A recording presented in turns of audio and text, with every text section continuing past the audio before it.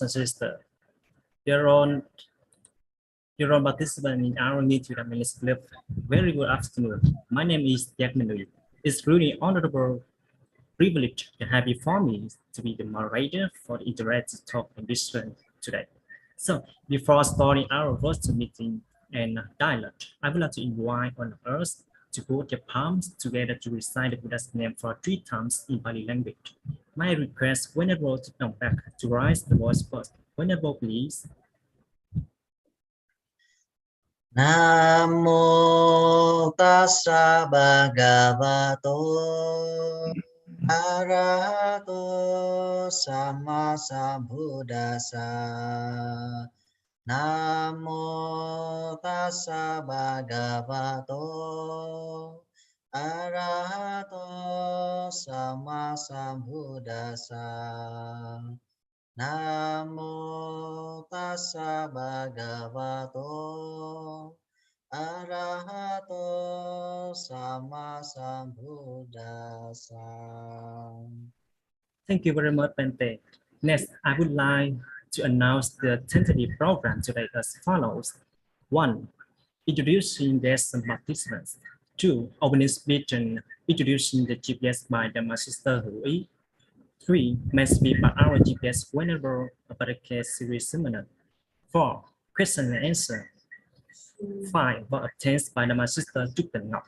6. Closing program by the traditional club. I have arrived, I have heard.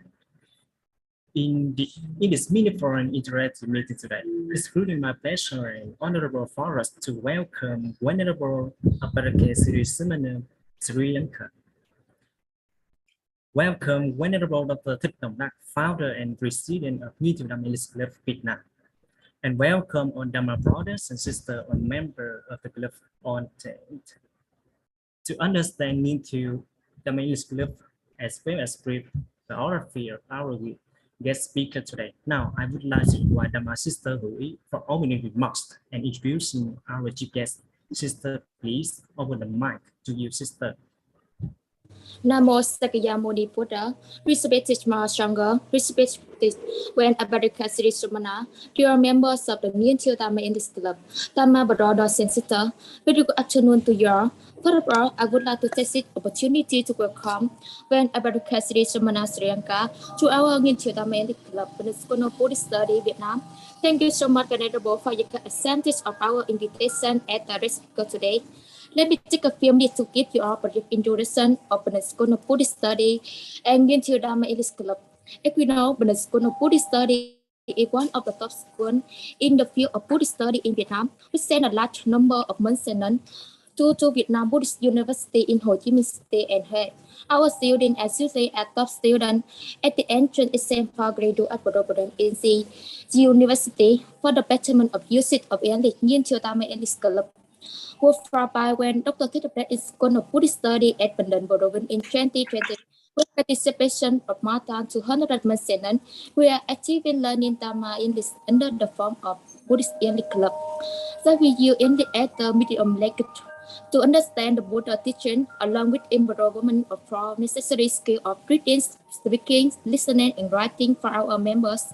If you build a strong foundation and valuable preparation for them to study abroad in future, it is basis for our members of the club to have a good chance to learn Dharma, to do English, and to understand English under the form of Dharma. We will have good approaches to prominent speakers, scholars, teachers, and professors in the field of Buddhist study from different countries in different Buddhist traditions: Laos, Cambodia, Myanmar, Thailand, Sri Lanka, India for Theravada tradition, Vietnam, China, Japan, and Korea for Mahayana Buddhism, and Mongolia, Bhutan, Tibet for Vajrayana Buddhist tradition. Today is our 36th dialogue with Grand Apparekke Sumana in 2022 in the series of Winley International Meeting of the New Dharma Elite Club School of Buddhist Vietnam. It is with briefly so when Apparekke Sumana from Sri Lanka had accepted our invitation as a speaker to have a talk with our 200 members of the club on the contents of Buddhist introduction of Buddhism in Sri Lanka. Once again, thank you for joining us and welcome you well. Thank you very much, Dhamma Sister Hui.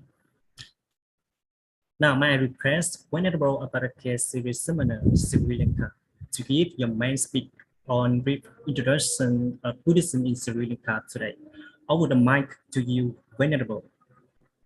Okay, thank you very much. Can I share my slides? Yes. Okay. Okay. Namo Buddhaya. Hope all of you can see my slides. Can, right?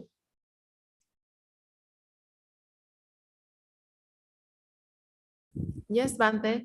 Oh, thank you very much. And I would like to welcome you all for today's Dhamma sharing. And today our topic is Sri Lankan Buddhism, right?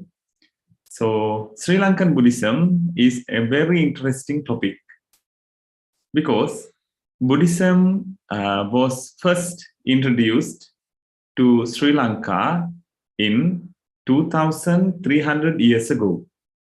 So we have a very long written documented history along the way how Buddhism was preserved and protected in its pristine form, in a quality matter.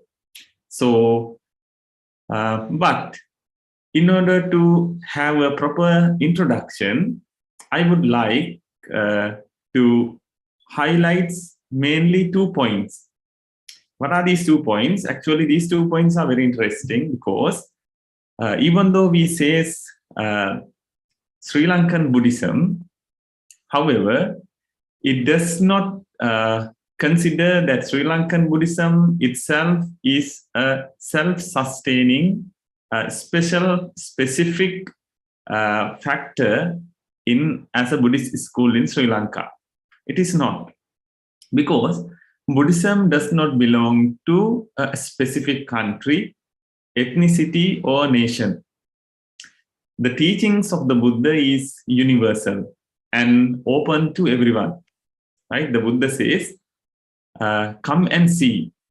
Therefore, anybody can come to this order, learn and preach this Dhamma. So that is the beauty of Buddhist teaching. It is just like the sky where there are no boundaries and limitations. That is the first thing that we need to keep in our mind at the beginning of this Dhamma sharing. So the second factor, now Buddhism has 2 unique qualities. That is, when Buddhism was introduced to any country, Buddhism takes the form and the shape of the country, which means Buddhism absorbs the country's specific teachings and specific traditions into Buddhism, and later Buddhism transformed these things as a Buddhist practice. So when it comes to this adaptation, then we can see without harming to core ethical Buddhist teachings, Buddhism transformed and absorbed teachings which exist in the countries. That is why when Buddhism introduced to Sri Lanka, we says we have formed so long time, 2,300 years long tradition as Sri Lankan Buddhism. When Buddhism introduced to China, now we can see there are so many cultural things added to Chinese Buddhism, and it has become a Chinese Buddhism. So similarly, when it went to Cambodia, it took the form and the shape of Cambodia. Now we call it Cambodian Buddhism. Excuse me, Bente. Yes? Can you check your screen? Yes. I see. Can I? Yes. Okay. So it is very important for us to understand these factors. Therefore, we need to keep and bear inside our mind, when Buddhism introduced to Vietnam, it became Vietnamese Buddhism. When it introduced to Laos, it became a Laos Buddhism. Similarly, when Buddhism introduced to Sri Lanka, we have formed Sri Lankan Buddhism. That is why we are considering Sri Lankan Buddhism as a sect or different form of tradition. So we need to keep it in our mind at the beginning of this talk. Now, when we go and discuss further, that we can see the historical timeline.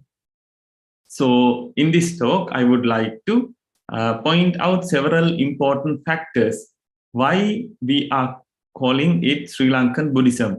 So we need to go and see the historical timeline. And in this historical timeline, there are three major schools is to be seen. Those are called Mahavihara tradition, Abhayagiri tradition, and Jetavana tradition. Inside Sri Lanka, there are three different schools existed in previous time. Later, I'm going to discuss about cultural developments. And these cultural developments are the main factors of Sri Lankan Buddhism. Otherwise, Buddhism is no matter introduced to where, Buddhism is considered as Buddhism. But when it adopts the cultural and traditional practices, it is called different countries' name in front. So that is how Sri Lankan Buddhism is formed. In these cultural traditions, we can see origin of Perahera tradition, full moon day observation, and Paritta chanting ceremony, and Bodhi Puja. You may have never heard of these factors because these are the factors contribute to build Sri Lankan Buddhism in Sri Lanka. So historical timeline. 236 before Common Era, Buddhism was officially introduced to Sri Lanka. But according to Sri Lankan traditional text, it says the Buddha himself visited Sri Lanka 3 times. This is the Sri Lankan understanding or Sri Lankan people's belief. But it is very clear, according to the written documentations and also archaeological findings, Buddhism was originally, as an official form, appeared or spread to Sri Lanka in 236 BCE. King Ashoka sent his son, Venerable Mahinda, on a mission to bring Buddhism to Sri Lanka, and it introduced to King Devanampiyathissa, who was the king at that time. So after introduction of Buddhism, this king became a Buddhist.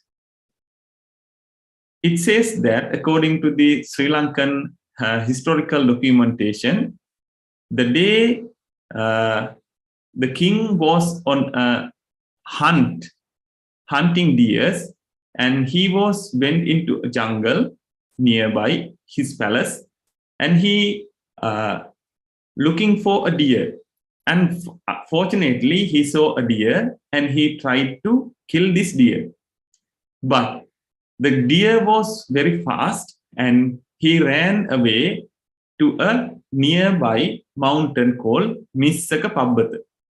So when the king following after this deer, he heard somebody is talking by his name Tissa Tissa, because the king name was Tissa. And then he was surprised and looked around. In this country, nobody dare to call me by my name as Tissa, and who is this person calling me by his name? So he looked around and he saw a group of monks standing on a mountain. After this incident, the king asked, "Who are you and where are you from?" That was the introduction done by Venerable Arahant Mahinda, who told him, "We are sent by King Devanampiyathissa, the king who lived in India, and he is the one who sent us, and we are the messengers of the Buddha." After that, he was interested in these teachings, and he started converting himself as a Buddhist. And 2229 BCE, first monastery was established in Anuradhapura, known as Mahavihara, by Venerable Mahinda. After inviting king's invitation, these venerable monks entered to the palace, and he stayed in the palace for a few days. After that, there was a very big temple was built and provided accommodation in this place. And 226 BCE, there is another special occurrence occurred in Sri Lanka, that is the arrival of Bodhi tree and Bhikkhuni order. Arahant Mahinda's sister, Venerable Sangamitta nun, came to Sri Lanka with a sapling of the Bodhi tree, originally from India, where Buddha attained enlightenment under the Bodhi tree. And then this nun established the Bhikkhuni order and also planted this Bodhi tree in Anuradhapura. And this tree is still exists in Anuradhapura, where you can go to Sri Lanka and pay respect for this Bodhi tree at any time. So this tree is still existed, and it says that this tree is considered the long-lasting tree where written documentations from its beginning until now. So it is a very important point.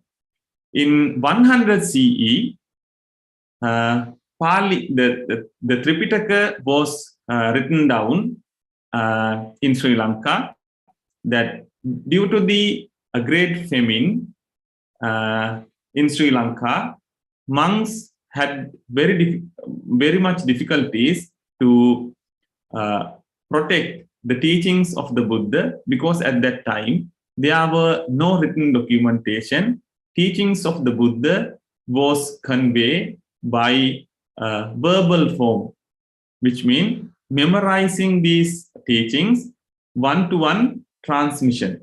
But after 100 CE, because of this difficulty, monks who were lived at that time gathered into one place and started writing these teachings of the Buddha in palm leaves and protecting these teachings as its pristine form, and protecting this teaching by not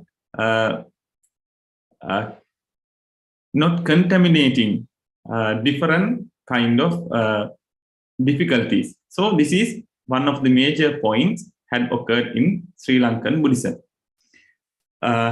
After that we can see in 89 to 77 BCE, there is a new sect originated, which is called Apparekke Vihara.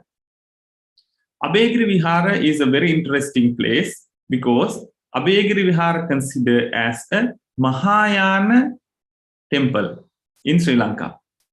So even though now today we are considering Sri Lanka as a Theravada Buddhist country, in 89th century BCE, the first time Mahayana Buddhism was established in Sri Lanka. So this is a very big temple complex. There are few hundred of hectares belong to this tradition. There are big pagodas and also a monk's resting place.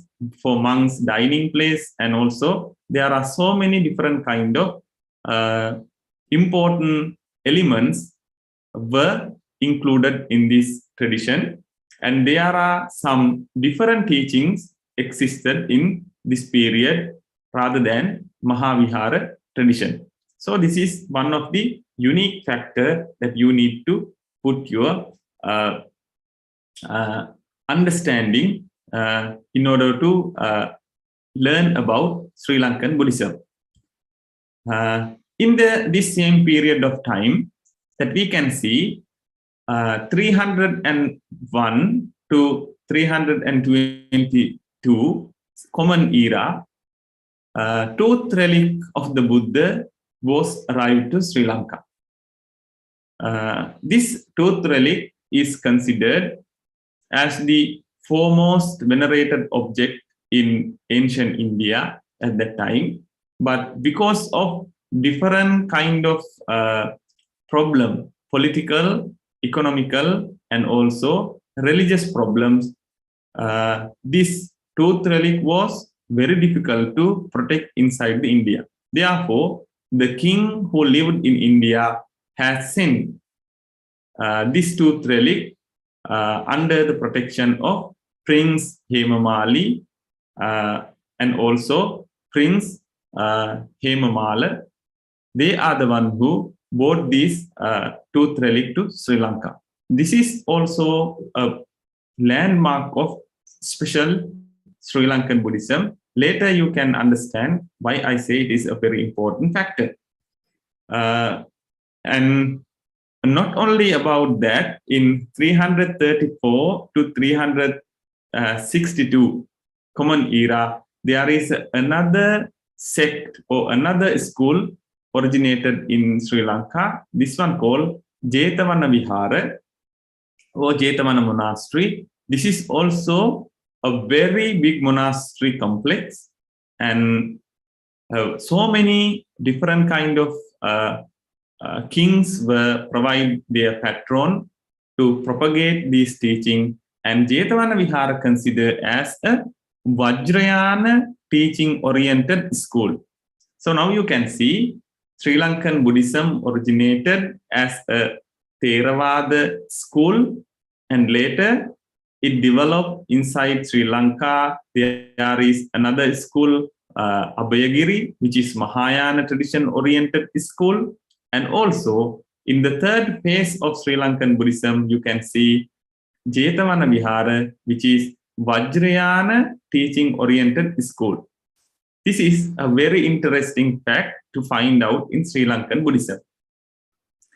Even though they taught different kind of teachings, they always keep Sri Lankan tradition or Sri Lankan characteristic within these schools.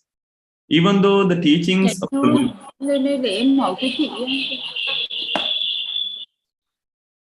even though the teachings of the Buddhas, the key teachings were similar, but the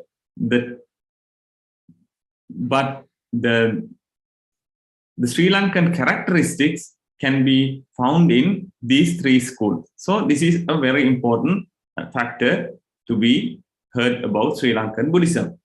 And after that, 425 CE, which means already some period of time later, Venerable Buddha Ghosa came into Sri Lanka. Now in this period, Mahavihara tradition or Theravada tradition in Sri Lanka considered as a very minor tradition, because Vajrayana oriented Jetavana Vihara and also Mahayana oriented Apparekke Vihara was considered as two highly flourished schools in Sri Lanka at that time. But after Venerable Buddha Ghosa's arrival, it gave some special boost into a Sri Lankan Theravada tradition. So Venerable Buddha Ghosa went to the Mahavihara temple and collected various Sinhalese commentaries of the Pali canon and drawing pilgrimage of the Maha Attakatha, the great commentary preserved at Mahavihara, and translate his work into Pali tradition. So, in earliest form of Sri Lankan Buddhist teachings was Sinhalese tradition, and then after the arrival of Venerable Buddhaghosa, we changed this translation Sinhalese documentation into Sinhalese Pali tradition. After this Pali translation, these teachings were distributed slowly in later time of period to Thailand and Burma also. This makes Sinhalese Buddhist scholarships available at entire Theravadian school as a cornerstone to his work. Buddhaghosa composes the Visuddhimagga. Maybe you have heard about this book, The Path of Purification. This book is considered as a compendium to Tripitaka, or a shorter version of Tripitaka. It is starting from explaining Sila Samadhi Prajna, morality, wisdom, and also concentration, which eventually becomes the classic Sri Lankan textbook on the Buddha's teaching. So this is a very important time era when we consider about Sri Lankan Buddhism. And you can see that these are the three main traditions in Sri Lanka which existed before. First one originated as Mahavihara. It was a Theravada-oriented school, and then it arose Abhayagiri, which means the Mahayana-oriented school, and then appeared Jetavana Vihara. It is a monastery where Vajrayana teachings were taught.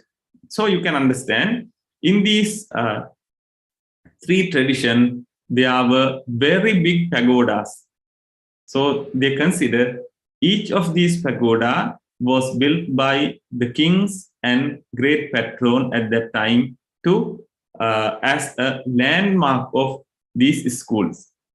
Each of these schools possess monasteries, temples, and also their own learning and educational background, different kind of teaching, different kind of practices. So Sri Lankan Buddhism can be considered as a very vital and also a very important phase of Buddhist traditions. So Sri Lankan Buddhism is a very unique when it consider about these kind of teachings.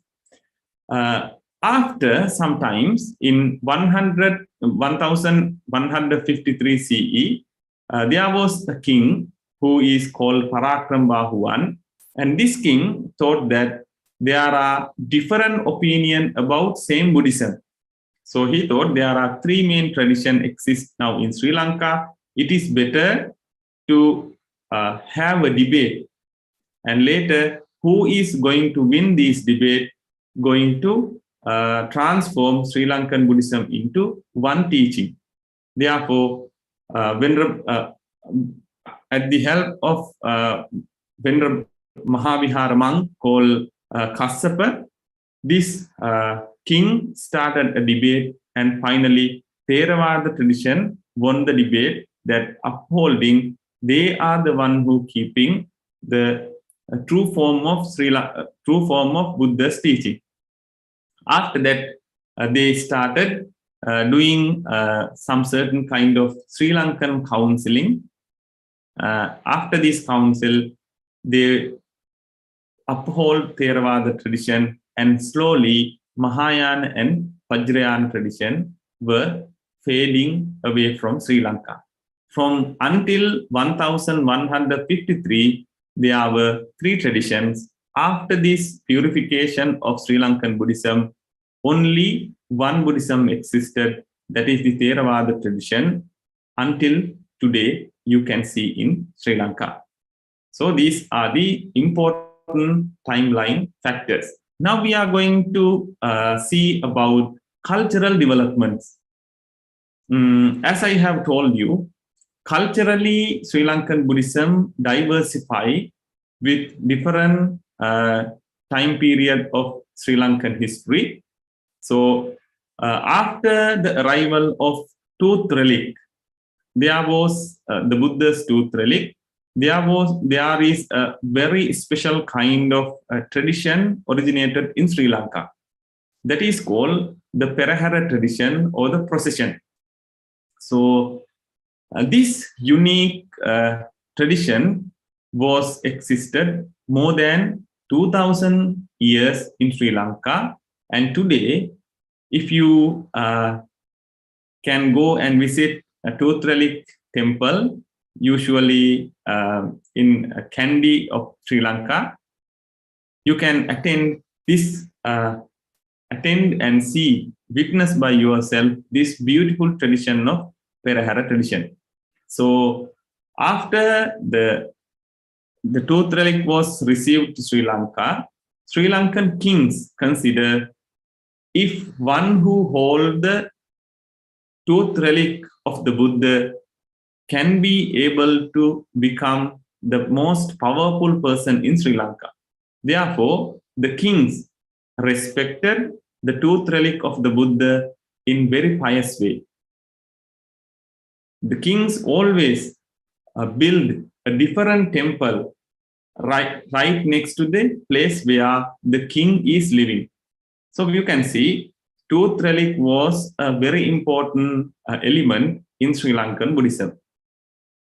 Whoever the king is appointed in Sri Lanka, he must held so closely to himself, so closely to the place where he is living, or the king's inside the king's kingdom, this tooth relic. So Perahara tradition was started as a honorification of this tooth relic. Now you can understand Sri Lankan tradition was started as a Theravada tradition, and then later it developed as a Sri Lankan tradition with the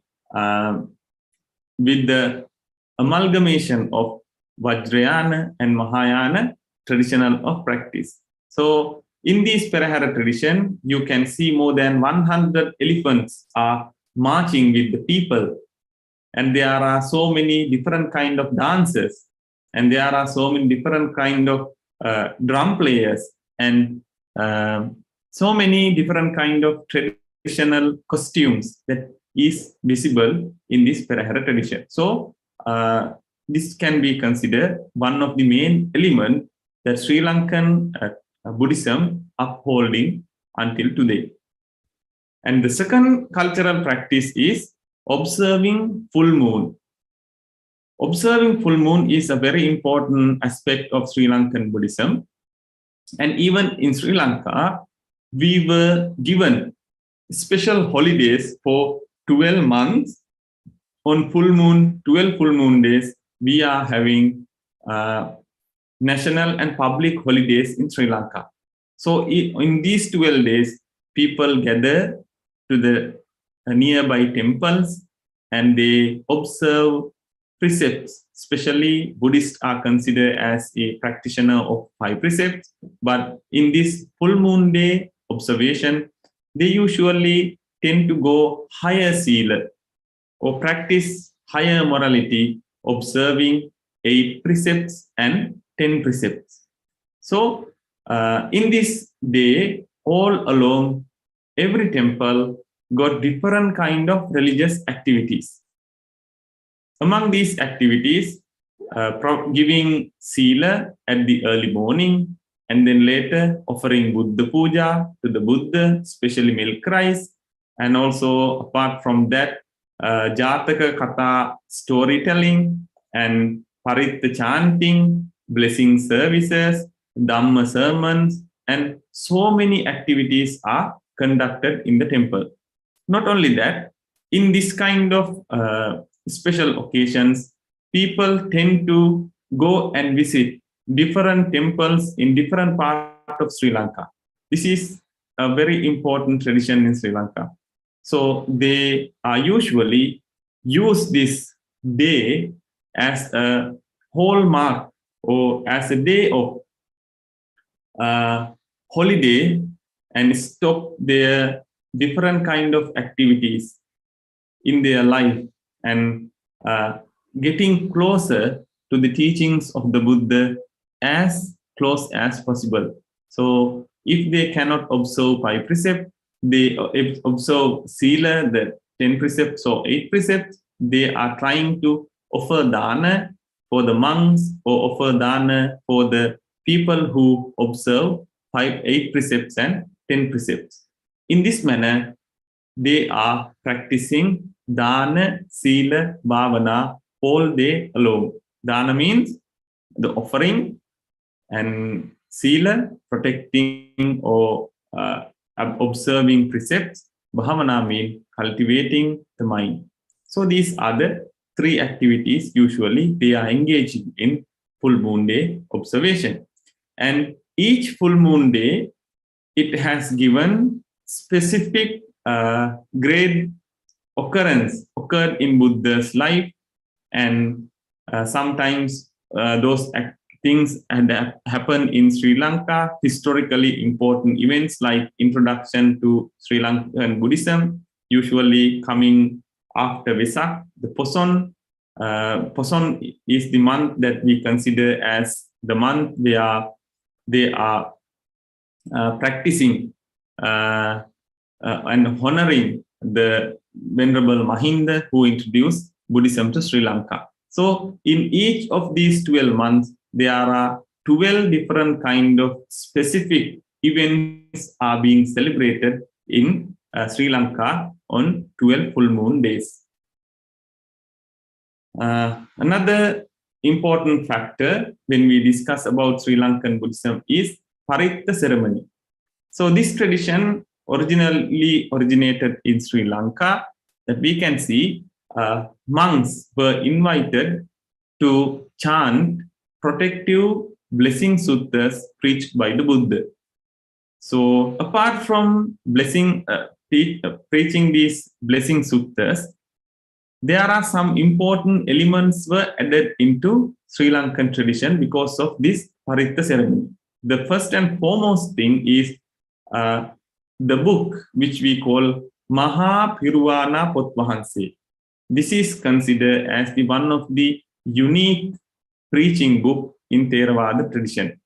So in Theravada tradition, this book, especially in Sri Lanka, considered as an honor, as a person who or personification of the book, Maha Piruvana Potwahanse. In this book, they are starting from Saranagamana, which means observing or undertaking Buddha, Dhamma, and Sangha. And after it explain about 5 precepts, 10 precepts, and apart from that, there are most important suttas are collected in this tradition. So Mahapiruvana Potwahanse is a very unique tradition belong to the Paritta ceremony. Apart from that, there is another thing called the Pirit Mandapaya, the chanting pavilion. Especially when monks were invited to chant these suttas, lay people create a specific place for monks to stay and do the blessing services. So in this house, usually a pavilion is considered as a very holy place in Sri Lanka. This place are allowed only for monks to enter and preach the teachings of the Buddha. The relic casket or the relics of the Buddha invited and arranged inside this pavilion, and the Piruvana Potwahanse, the book of protection, respectively invited into this pavilion, and monks were invited to this pavilion and started preaching the Paritta Suttas. So there are different kind of Paritta chanting occurred here.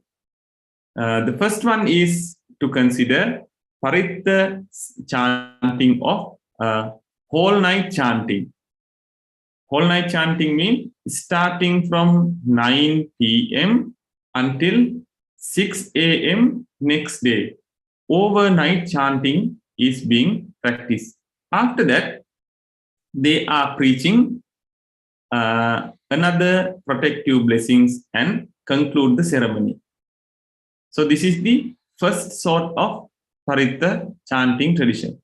Apart from that, there is another tradition called 3 days, and some call 7 days, and sometimes there are many different days, 19 days also monks are chanting inside this kind of pavilion. So it is very important tradition in Sri Lanka. I can see somebody is raising his hand. Do you have any question? No?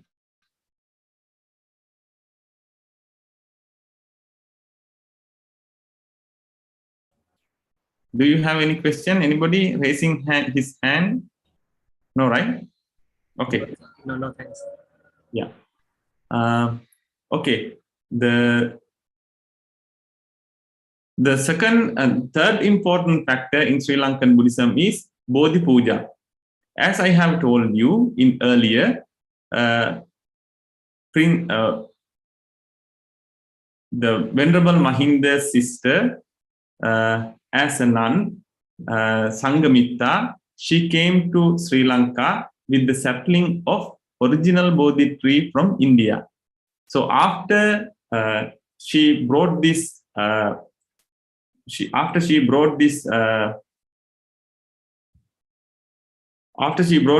sapling, it was given to different places to planted a different kind of saplings. So in Sri Lanka, every temple got Bodhi tree, which considered as a very significant, important place in Sri Lanka.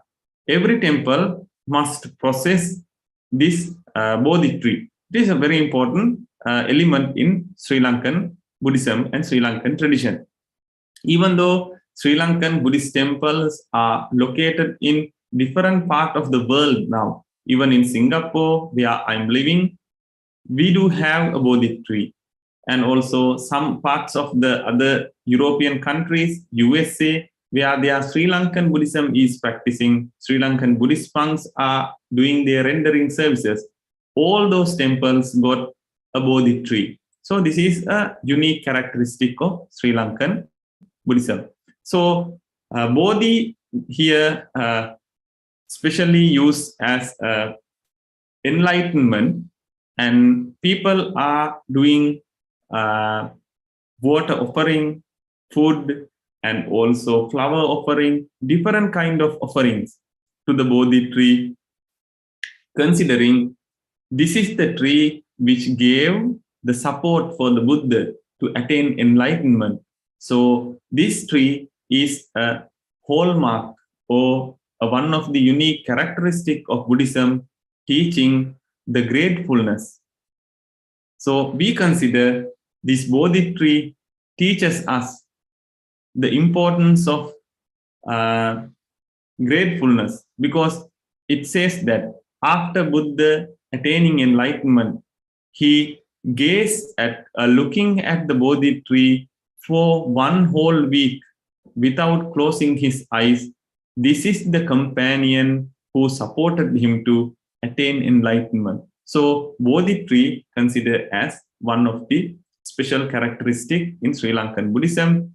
And there are different kind of stanzas or Pali verses or Sinhalese verses have been created to appreciate and also make an honor for Bodhi tree. So Bodhi Puja tradition is also a very important factor in Sri Lankan Buddhism. So that is the end of my sharing. I would like to conclude my Dhamma sharing now. Now floor is yours to ask questions, and I will try to give answers as possible. Thank you very much.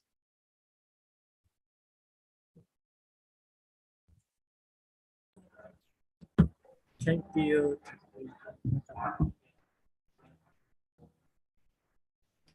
Thank you very much, Trời ơi, hỏi Venerable kìa. Apparekke Sumana, Thank you. for enlightening us the wonderful topic today. Brief introduction of Buddhism in Sri Lanka. We have a lot of knowledge and useful information that you have given our club members.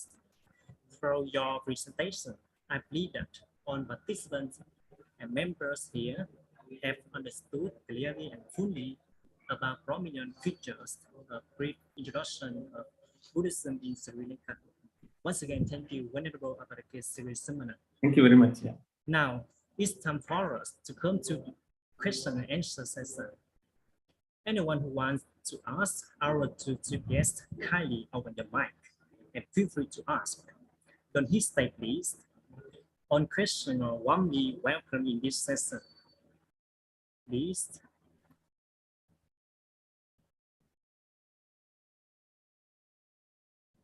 Okay, Đức Ngộ, please.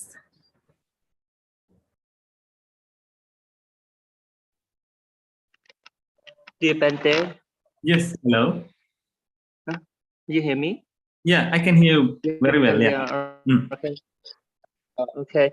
I remember the Sanghamitra, the daughter of the Ashoka king. When she Yes. came in the Sri Lanka, she bring two trams. Yeah, two trams. That the first, the two relics of the Buddha. The second, the branch of the Bodhi tree in India. Okay, may you share any information on miracle to share, please? You know? May you Sorry. share? Yeah, may you share any information on miracle of the two term? The first, the two relics of the Buddha. The second, the branch of the Bodhi Yeah. tree. Yeah. In Sri Lanka, yeah, in the Tooth Relic Temple, there are so many information have been explained, and there are so many miracles had happened when this Tooth Relic was introduced to Sri Lanka. So I'm not very well aware about the miracles had happened in regarding the Tooth Relic. The one of the occasion in India, one of the non-Buddhist king tried to destroy this Tooth Relic, and he tried to destroy it, smashing by using iron something. And then when the time he tried to hit, it says that the Tooth Relic automatically came up to the sky and started showing super miracle powers in India at the time of India. And even when it introduced to Sri Lanka, when Sri Lanka is having a strong famine or a drought where there are no rain, we believe whenever this Tooth Relic is taking out from the chamber, the place where the Tooth Relic is deposited, when we take it out, it automatically start raining entire Sri Lanka. Those are the two miracles that we are believing in Tooth Relic. Thank you very much for asking that question. Thank you, Bente. And next question, Dhamma product. Thank you for your information. Thank you. Okay. Mr. Minwee, I have one question for him. Okay, for Bente. Yeah. Dear Bente, in the present,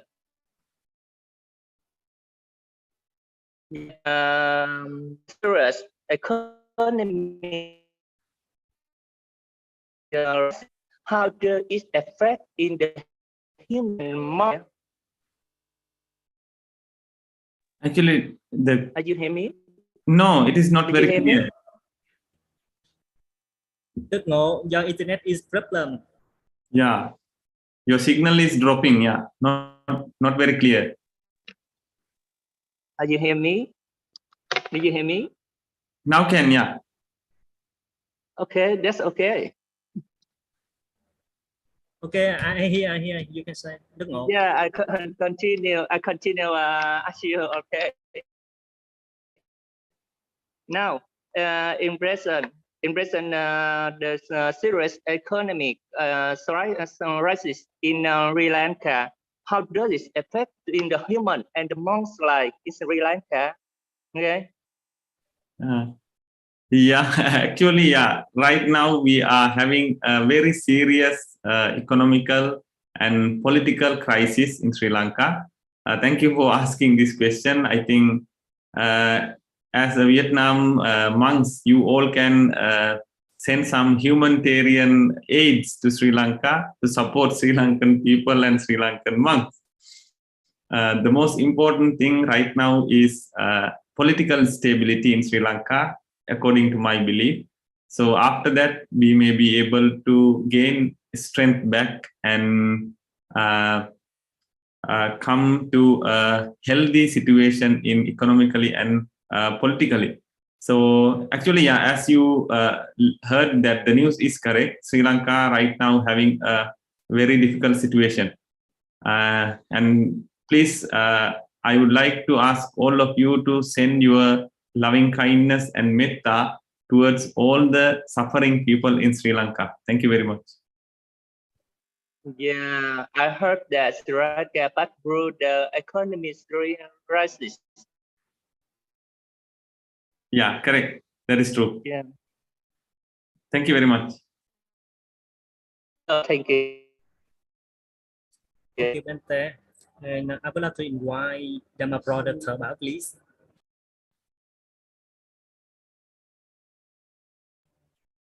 Thơ Bảo.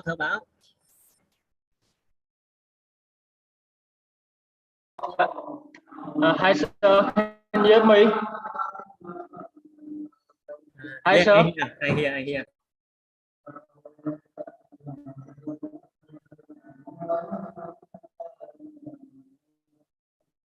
Nghe em suy. Nghe. Who is Buddhist Renaissance Sri Lanka? Sorry?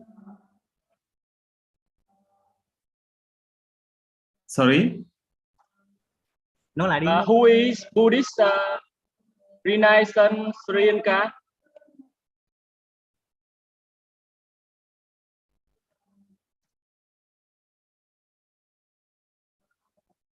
I'm not very clear about the question. I'm so sorry.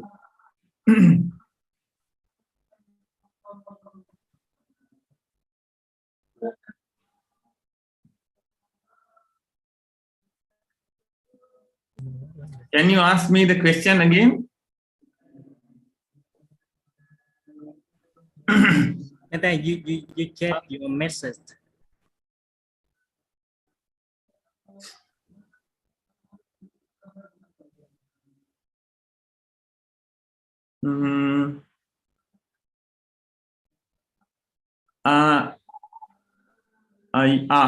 Here. Okay. Who is the Buddhist Renaissance in Sri Lanka? Yeah, in Sri Lanka there are different kind of revival actually occurred in Sri Lanka. In Sri Lankan Buddhism, actually, we consider after the Western people colonized Sri Lanka. In order to overcome from this colonization, there are several monks, and especially a lay Buddhist, who is called Heva Vitarana. He is contributed a lot in order of reviving Buddhism in Sri Lanka, and he has been introducing this Buddhism to helping the Western countries. So, as a Buddhist monks, there are so many monks. I'm not so sure which one you are referring to. There are so many Buddhist revival monks in Sri Lanka. Which one you are talking about?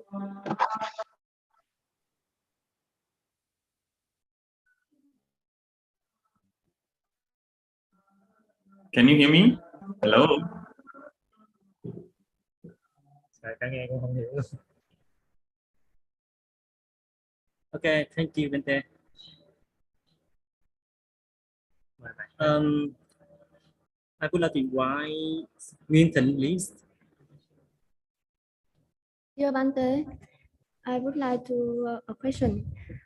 Why is Sri Lanka the oldest religion in the Aryan Buddhist cultural tradition? Sorry. Can you ask again? Why is Sri Lanka the oldest religion in the Aryan Buddhist cultural tradition? Criteria to listen about what? I didn't get the entire question. Can somebody help me? Can somebody help me to explain that question?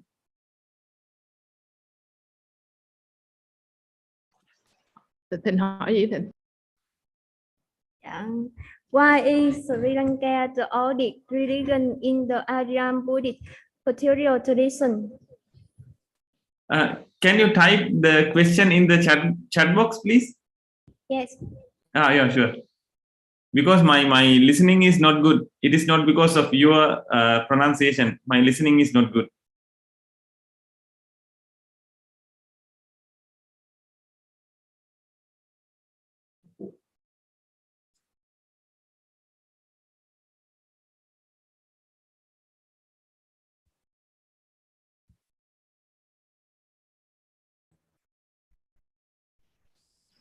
Okay, while wait for her.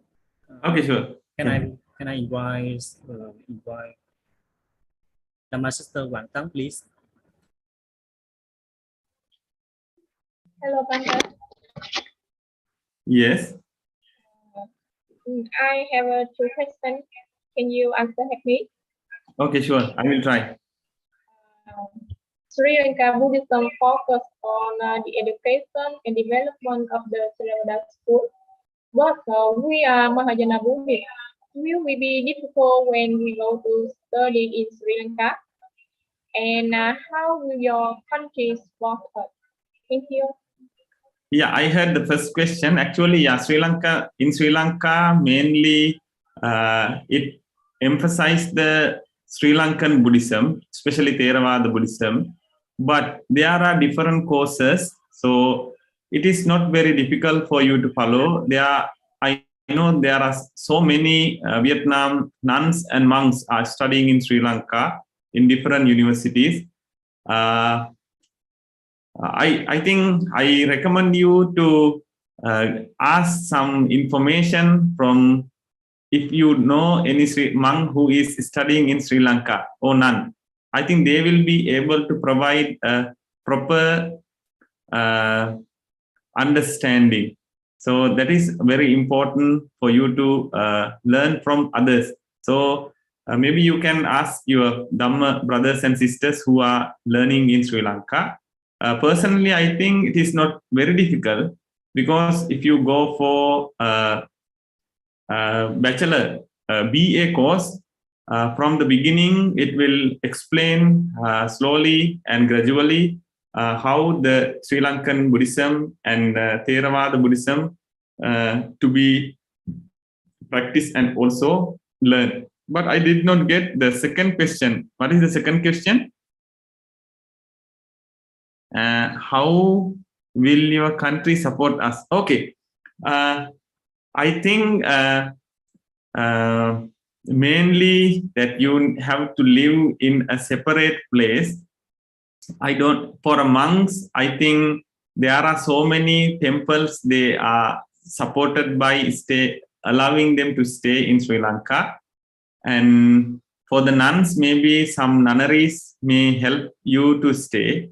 The first thing I'm sure that you are going to face the difficulty is the Sri Lankan food, because you may have not got used to Sri Lankan food. That will be a difficulty that you are going to face if you are going to stay in Sri Lanka.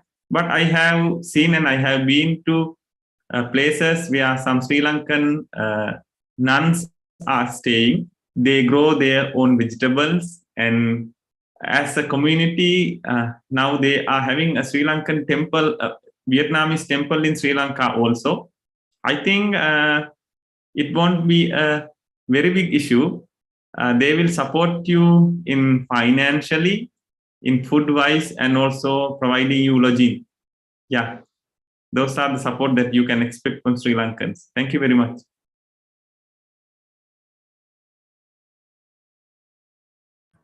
Thank you. Okay.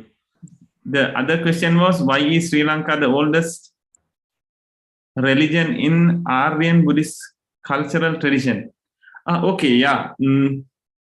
Actually, this is what I have explained, that Sri Lanka is considered as one of the oldest Buddhist country, because after the passing away of the Buddha, not more than 500 years, Buddhism was introduced to Sri Lanka. As I have told you, Sri Lankan Buddhism established in Sri Lanka first as a Theravada tradition, and then later there are different kind of sects was influenced in Sri Lankan Buddhism as Vajrayana and Mahayana traditions. So why it is considered as the Aryan Buddhist cultural tradition? I'm not sure it considered as Aryan Buddhist culture, because Aryan are considered as Indian people who lived in India, but Sri Lanka is a separate island. Sinhalese people are also can be considered as Aryan, because one Indian king came to Sri Lanka and established in Sri Lanka. He is called King Vijaya. So the descendants of this group of people may be considered as Aryans, but not all Sri Lankans are Aryan. There are some. There are originally born Sri Lankan people also. I think it is nice to say that Sri Lanka is a Buddhist country, not the Aryan Buddhist country, because there are Sinhalese people in Sri Lanka. So we consider as Sri Lanka as a Sinhalese Buddhist country. Yeah. Thank you very much. Thank you, Vande. And next question. And why Dhamma abroad Quảng Đạt, please.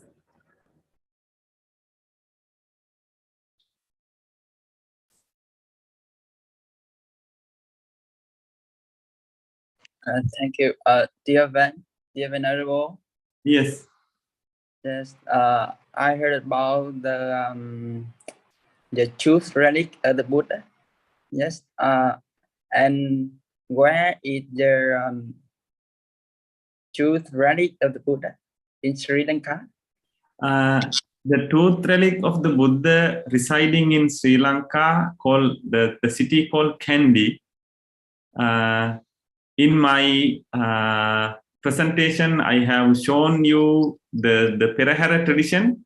That tradition was started and doing in the same place called Kandy. So if you visit Kandy, maybe you can pay homage to the truth relic of the Buddha. Yeah, it is still there in Kandy. Thank you. Yes, thank you. And I have more question. I heard about the Batashi and Banglika. Is the first Buddhist in the Buddhism.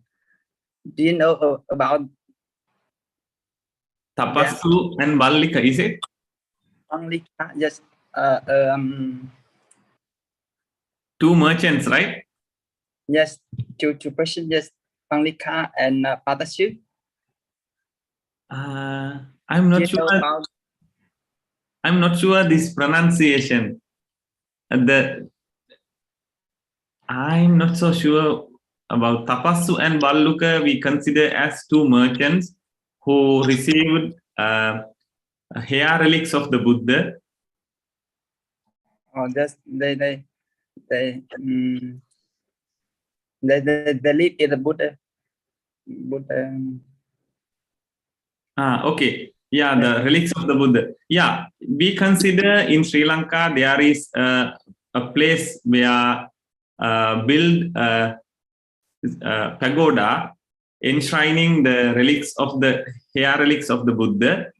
But even in Burmese tradition, Burmese people believe these two merchants visited the Swethagon pagoda. Yes. So yeah, Swethagon pagoda, and they enshrine the relics of the Buddha in Swethagon pagoda. So archaeologically, we do not know which is the exact place, whether the relics of the hair relics of the Buddha in Sri Lanka or Burma, but we have different beliefs. In Sri Lanka, we believe, yeah, we do have the hair relics of the Buddha, but that one not archaeologically not proven. Yeah. Okay. Thank you very much. Thank you. Thank you very much. Thank you, Bente. And next question, the map sister Louis, please. Can you share something about the problem with Buddhist law in the Sri Lanka? Sorry. Can you share something about the problem with Buddhist law in Sri Lanka? Problems of Buddhist Law in Sri Lanka. Law Buddhist lords in Sri Lanka.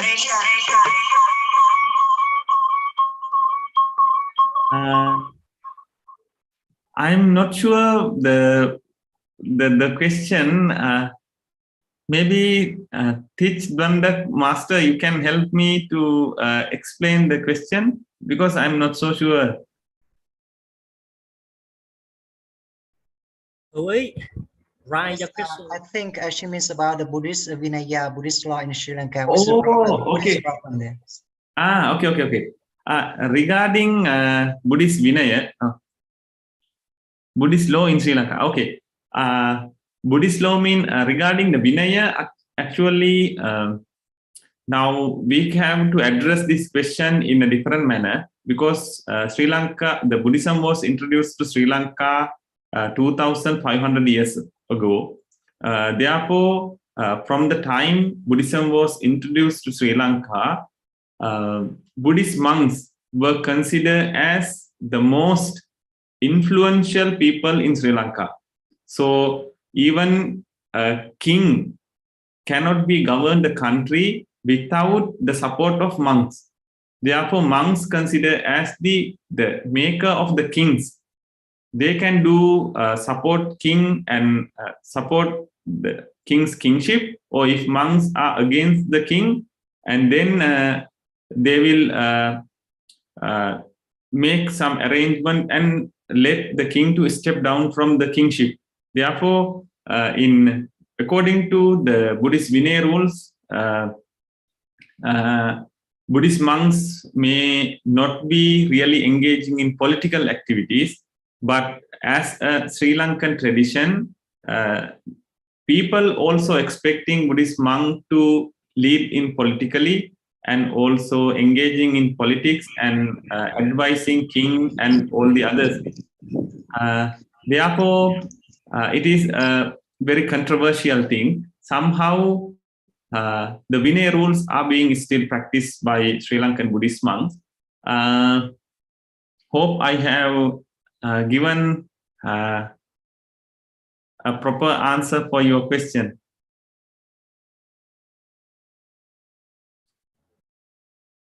Thank you for your answer, Bente. Okay, thank you. The next question, I invite my brother Quang Phương, please. Thank you, moderator. Hello, Bante. Can you Hello. hear me? Good afternoon. Yeah, can hear. Yes, I have question. Why the development? What is the traditional Buddhist in Sri Lanka, Mahayana, Theravada, or others? Or both? Yeah. Now in Sri Lanka, only Theravada tradition is considered as traditional Buddhist practice of Sri Lanka now. But before, there were Mahayana Buddhism and Vajrayana Buddhism also, but now only Theravada Buddhism exists. Therefore, Sri Lanka is considered as a Theravada Buddhist country. Yes, but now only have Theravada. Yeah, now only have Theravada. Yeah. Yes. Yeah, thank you for your answer. Thank you. Thank you very much. Next question, Ling Mang, please. Good afternoon, Bante. My question is, what is the difference between Buddhism in India and in Sri Lanka? Thank you. Actually, thank you for the question. I think now in India, there are no mainly established Buddhism as Buddhist, Indian Buddhism, because now India, after 11th century, Buddhism was totally disappeared from India. And then after 100 years, I think 19th century, beginning of 19th century, again, Buddhism was established in India, but there are very minority of people are practicing Sri Lankan, practicing the Buddhism. And there are so many different traditions and practices are in India. I have heard that Vietnamese temples are also in India, Burmese temples and Sri Lankan temples and Thai temples. Therefore, there is no main practice called Indian Buddhism, like in Sri Lanka or in Vietnam. Therefore, the differences are mainly now. I do not know what is the current situation in India, whether we can recognize it is as an Indian Buddhism, because it is very hard to say, because there are no special cultural elements unique to India. But still, it is the land of the Buddha. Therefore, we can consider,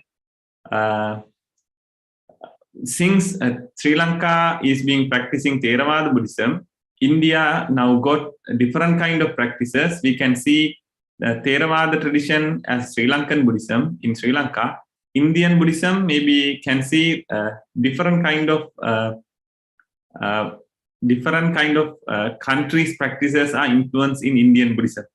Yeah, that is what, according to my knowledge, I can provide this answer. I'm not sure exactly what is the current situation in India. Thank you very much. Thank you, Bante. And next person, Quang Thang, please. Dear Bante. Yes. Can you hear me? Yeah, can hear. Please go ahead. Why is the development also known in the Sri Lanka is not as good as in other countries? Can you ask the question again, please? Why is the development also known in Sri Lanka is not as good as in other countries? What kind of development that you are asking? Some parts are not very clear. Can you type the question, please?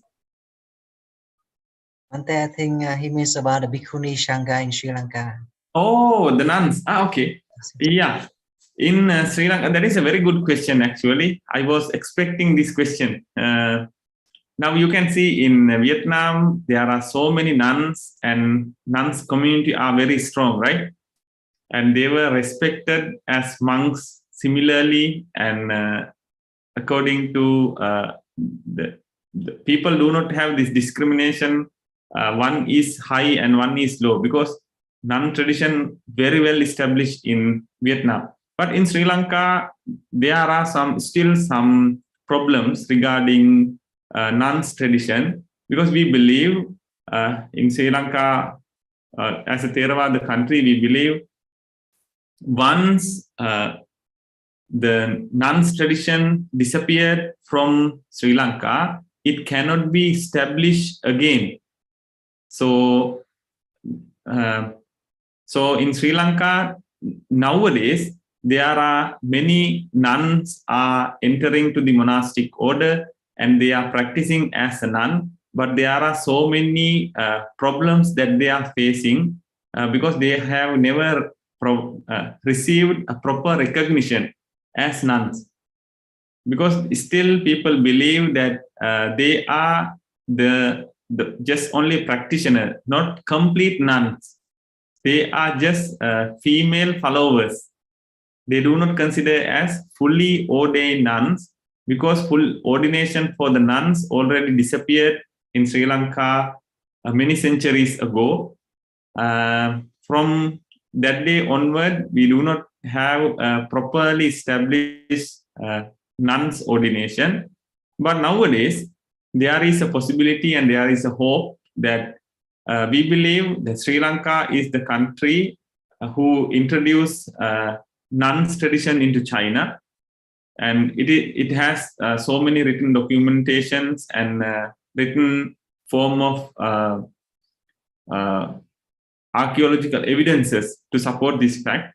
Therefore, this nun ordination did not totally disappear. It has already, Sri Lanka already introduced this tradition to China. Therefore, we can receive ordination from Taiwan nuns and establish again Theravada nun tradition in Sri Lanka. This is what we are expecting and we are currently doing. Nowadays, many female followers are interested in being nuns. So now Sri Lankan nuns community is slowly growing. So Vietnam nuns can visit Sri Lanka and help and support for the nuns community in Sri Lanka. So this is a very important question. Thank you very much. Thank you for your answer. Thank you. And next, the map sister Reni, please.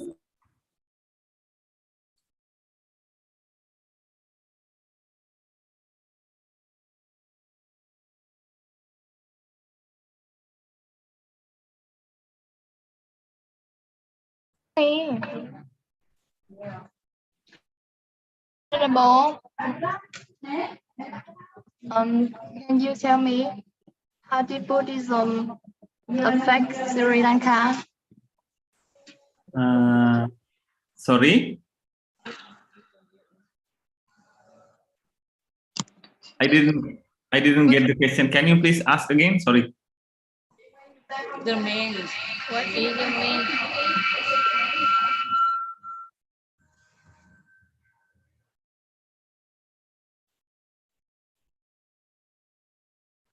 Sorry.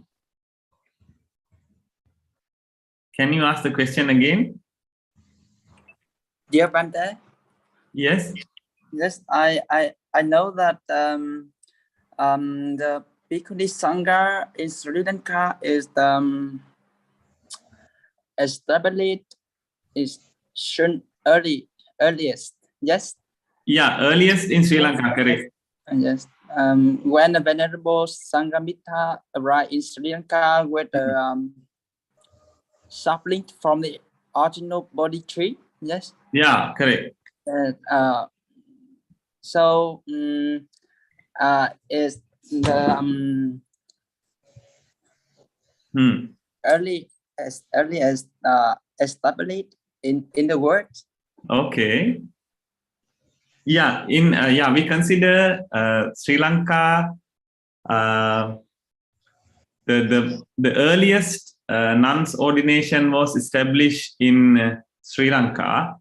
As I have explained many centuries ago, more than 1,000 years ago.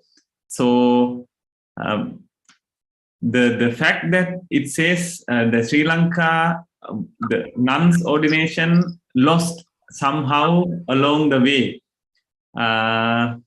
So that is why it is difficult to address this question. We need to be very careful when we are addressing this question because majority of monks are still believing in Sri Lanka Theravada nuns tradition already disappeared. Therefore, it cannot be re-establish again. But we believe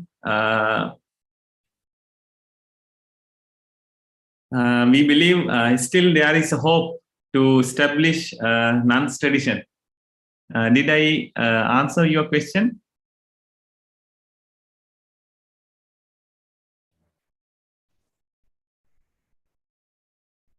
And then check in the chat box. Okay. How did Buddhism affect in Sri Lanka? Actually, Sri Lanka, when Buddhism was introduced to Sri Lanka, Buddhism totally affected in Sri Lankan people's life.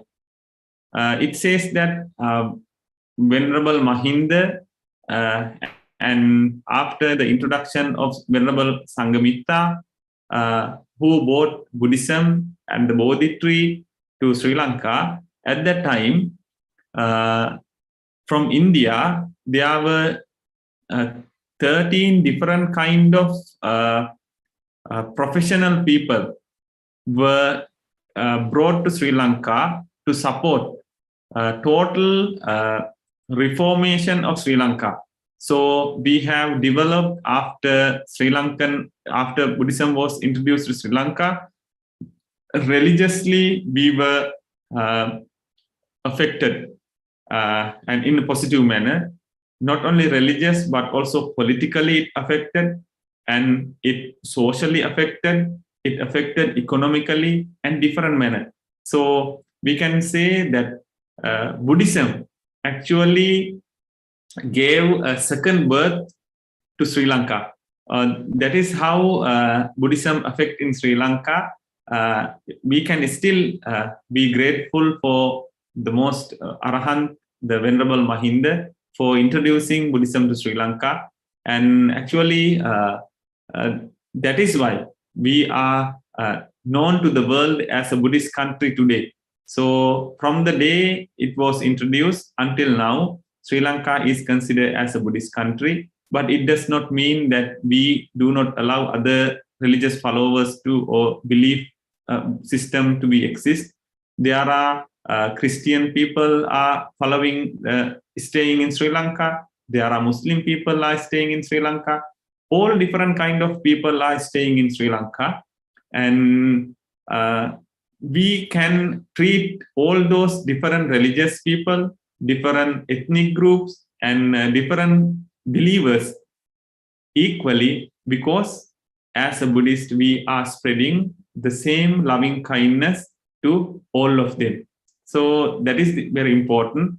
That is why we consider it affected Sri Lanka a different manner and different extent. Yeah, thank you very much.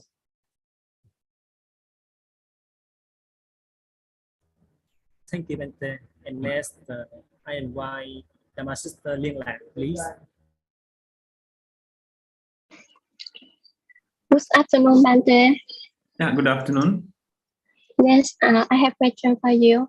Can you say what is the difference between Sri Lanka Buddhism and Myanmar Buddhism, with both are Theravada tradition?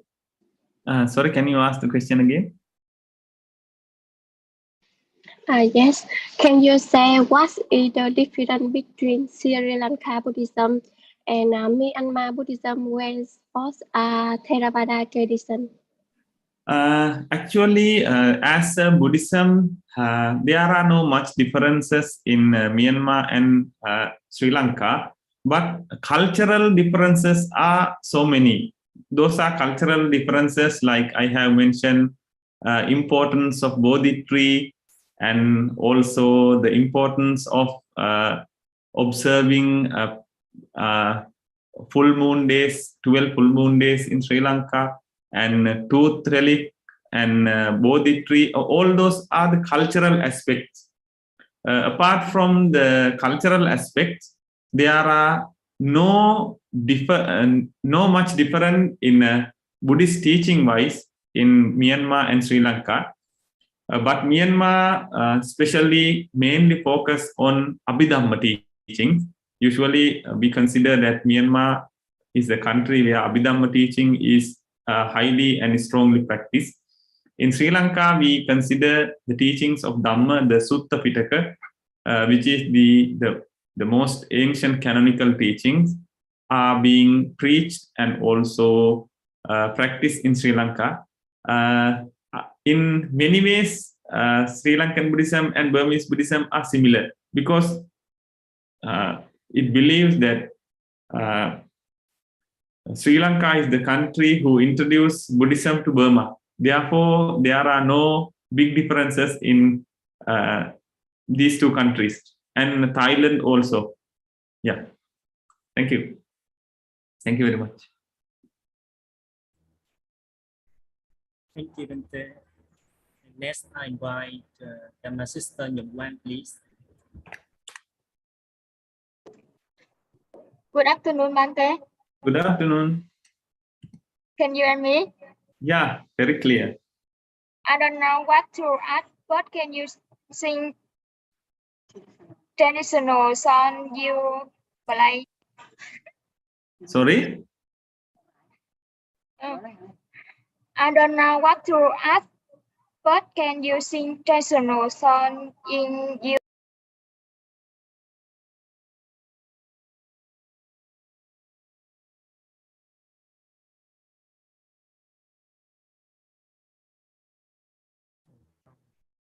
Oh, traditional songs. In Sri Lanka, monks are not allowed to sing songs. Maybe you can access to YouTube and you can listen some songs.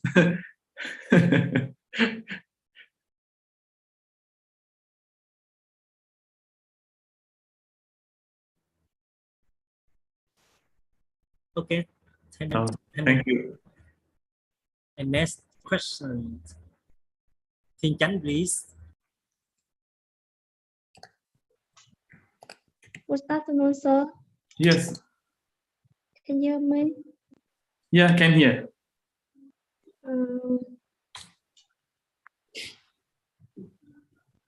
How is Buddhism practiced in Sri Lanka? Sorry? How is Buddhism practiced in Sri Lanka? Buddhism practice in Sri Lanka actually mainly threefold training, which is called Sila, Samadhi, Prajna, which means Sila means the morality practices are obviously practiced in Sri Lanka. Samadhi means concentration, the meditation is practiced in Sri Lanka. And wisdom, which means the Panya, which means the Vipassana, also practiced in Sri Lanka. Apart from that, Dana, Sila, Bhavana also being practiced. Dana means the offering for the monks and nuns. Sila, the observing 5 precepts for lay people. And sometimes, as I have told you, in full moon days, they are being practiced 8 precepts and 10 precepts. And also some other practices like bhavana. Yeah, these are the common practices in Sri Lanka. Yeah.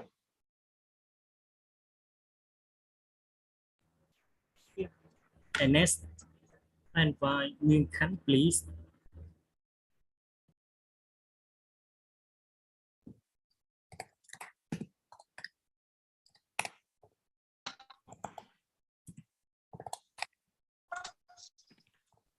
Bante. Yes. Many people associate Sri Lanka with the Buddha's teardrop shape. Why say it? What is that? Many people associate Sri Lanka with the Buddha's teardrop shape. Why say it? Teardrop. Teardrop of Sri Lanka. Oh no, actually, yeah, correct. I got it. Actually, the Sri Lankan map is like a drop of water, right? The Sri Lankan map is like a drop of water, And that is why it considered as, in ancient time, it was considered as Sri Lanka as the pearl of Indian Ocean. The pearl, you know, the precious gems, right? But now, because of this current situation, the political instability and of economical instability, now people are saying it is the teardrop of Indian Ocean. So it described the geographical map of Sri Lanka. That is why it is said. Yeah, thank you very much. Thank you. Thank you. Next question. My sister Newton, please. Dear Bante, what's called the polycanon in tribe in Sri Lanka? Pali canon that we call Tripitaka. We call Pali canon in Sinhalese Tripitaka, which means the 3 baskets. Yeah. 3 canons, Tripitaka. Thank you.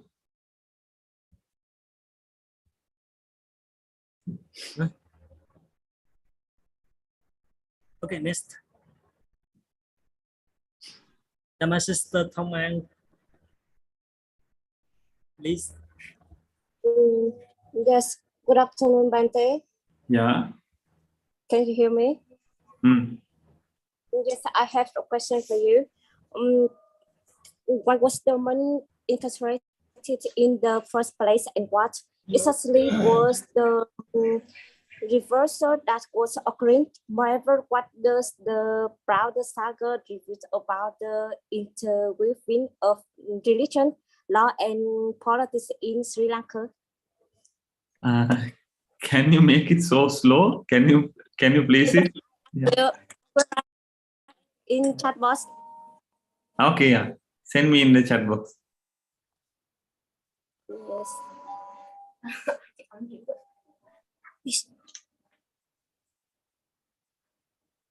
Yes. What the monks in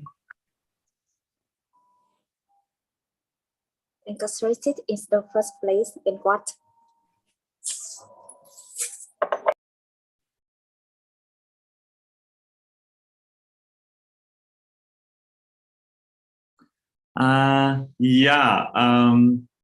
Actually, in Sri Lanka, that Sri Lankan, yeah, as I have told you, the Sri Lanka is a country where Buddhist monks have so much power.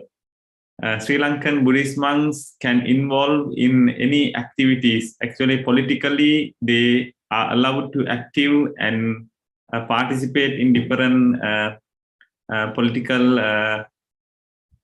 ideologies. But I mean, the law and politics in Sri Lanka is separate things actually. Those separate things may have already affected now as a religion. It does not give a proper and a correct picture to the world when you see the monks are protesting and monks are in a political engagement and all those things. But those are not majority of monks. Those are very few monks who are actively engaging in these kind of practices. So when I address this question, it is very difficult because now many people think that Sri Lankan Buddhist monks are not behaving well because of political and all other activities. But it is not the real truth. Only it shows in it shows actually in what do we call different kind of what do we call in a news and also a media representation. in medias they represent Buddhist monks as this kind of characteristics, but it is not actual case. There are so many good and proper monks are staying in Sri Lanka. In future, we will be able to minimize political engagements of monks and come under the law of the Buddha. Yeah, and that is what the answer that I can give right now. Thank you very much. Yeah. Thank you, Bante. The question is so long and so difficult to answer, right? Yeah, it is quite a problematic question because it is a political and so many different factors that we need to contribute. It is a one whole big whole talk if I give a proper understanding or proper answer for this question. Thank you. And next question, Anwar my sister Nhung Trang, please. Good afternoon, Bante. Yes. Can you tell me? Yeah, I can hear. Can you tell more about the Buddhist school in Sri Lanka? More about Buddhist school in Sri Lanka. Buddhist schools. Yeah. Okay. As I have told, now there are only one Buddhist school, that is Theravada Buddhist school. If you go to learn Sri Lanka or study Sri Lanka, you will be able to learn Theravada Buddhism.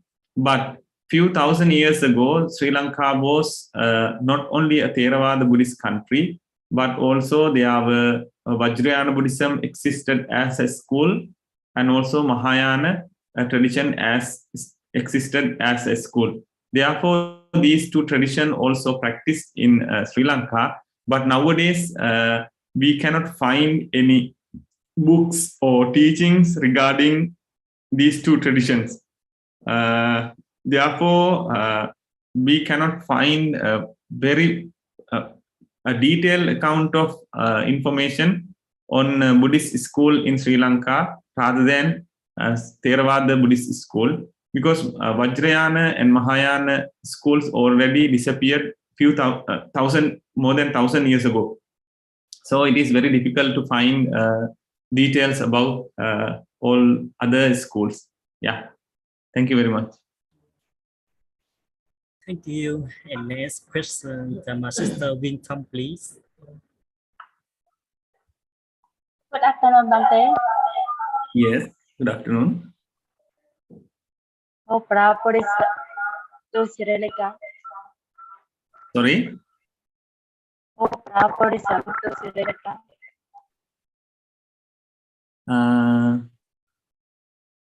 I'm not I cannot exactly Sister Rai. Who brought Buddhism to Sri Lanka? Yeah, Venerable Arahant Mahinda is the one who brought Buddhism to Sri Lanka, and nuns order brought to Sri Lanka by Venerable Sangamitta. Yeah, these are the two main characters considered introduced to Buddhism, introduced Sri Lanka. Yeah. Thank you. And next, my sister Linh Thiểm, please.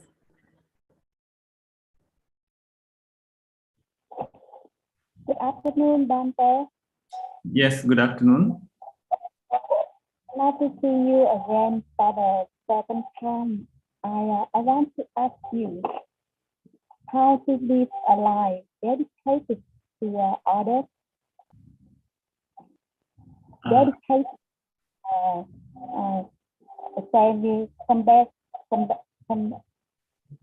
compassion, forgiving.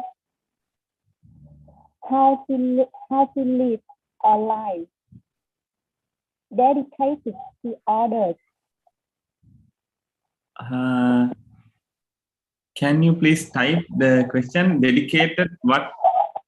I'm not very clear.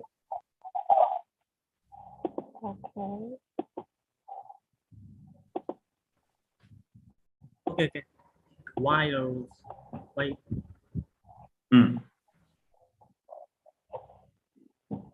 So I hope this will be the last question. No more questions, right? This one the last. How to live a life dedicated to others? Yeah, I think when you are entering to monastic order, you are already, you have already dedicated your life to others already, because when you are considered as yourself a monk or a nun, we are already dedicated our life for others, because we are being provided food, and we are being provided lodging, we are being provided medicine, and all by the lay devotees. So our life totally depends on lay Buddhists. Therefore, all the good activities that we are doing towards them is a life that we have already dedicated to others. So the life that you are living right now is the life that dedicated to people. So the small act of kindness, compassion, and loving kindness meditation can be considered as a life dedicated to others. So yeah, and I think that is the answer that I can give for this question. Thank you, Bente. Oh, thank you. I see there are many members raise their hands, so but the time doesn't allow. So we have stopped here. Yeah. And yeah, so sorry, members. Now may I request my sister Trúc Tịnh Ngọc to give vote of thanks. Sister, please.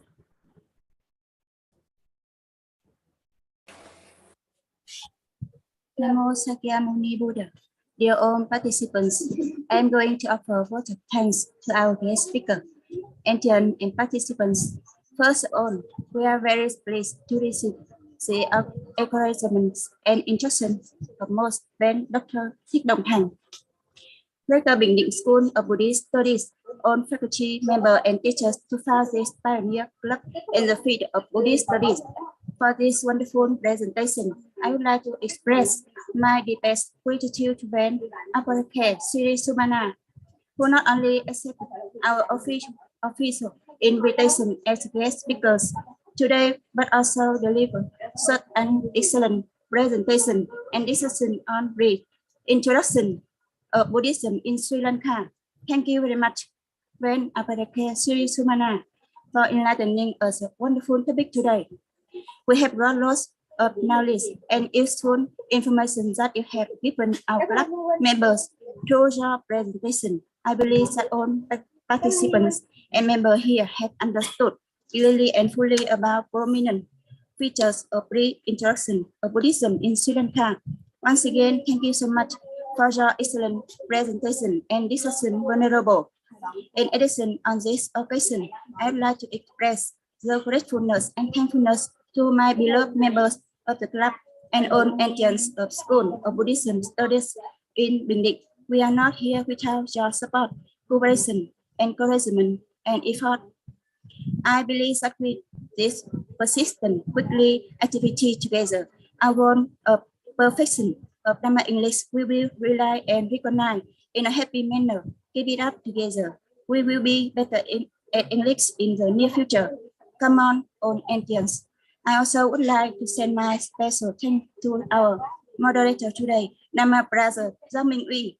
I am really impressed on your words and speeches. Congratulations on your good performance today. Sister, last but not the least, I am thankful to all participants for joining us in this international interactive meeting. Welcome to you all to our international meeting next week.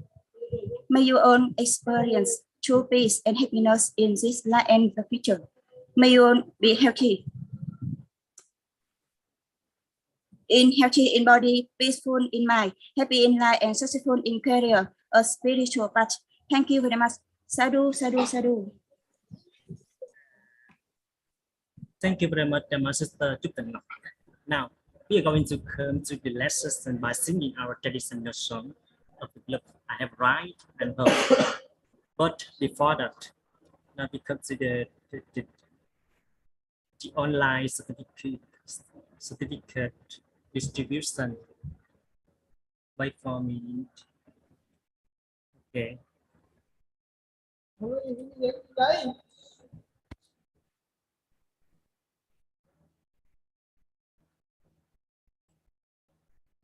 Okay, the first certificate.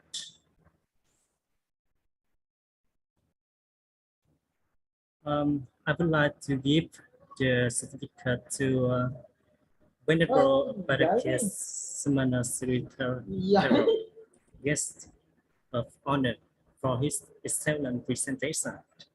Thank you very much, Bente. Thank you very much.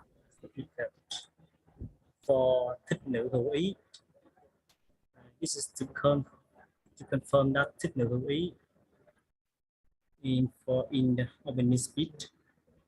And next, thank you. And next certificate for Thích Nữ Trúc Tình Ngọc, work involved things. And it's for me. Oh, thank you very much. Thank you.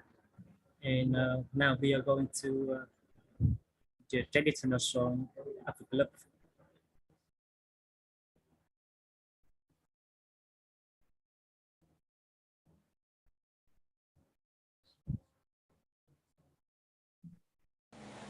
I have arrived, I am home, in the here and in the now. I have arrived, I am home, in the here and in the now. I am solid, I am free. I am solid, I am free. In the ultimate I drown.